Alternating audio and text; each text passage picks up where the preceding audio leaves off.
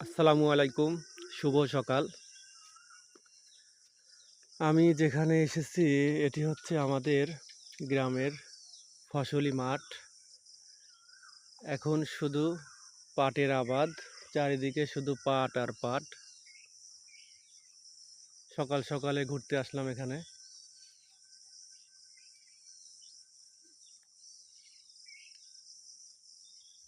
এই ধরনের প্রকৃতি আসলেই দেখার মতো মুগ্ধকর। আমাদের এলাকাতে এখন যে ফসলগুলো বেশি হয়, পেঁয়াজের আবাদ বেশি হয়, তারপরে পাট। এই দুটি ফসলই বেশি হয়।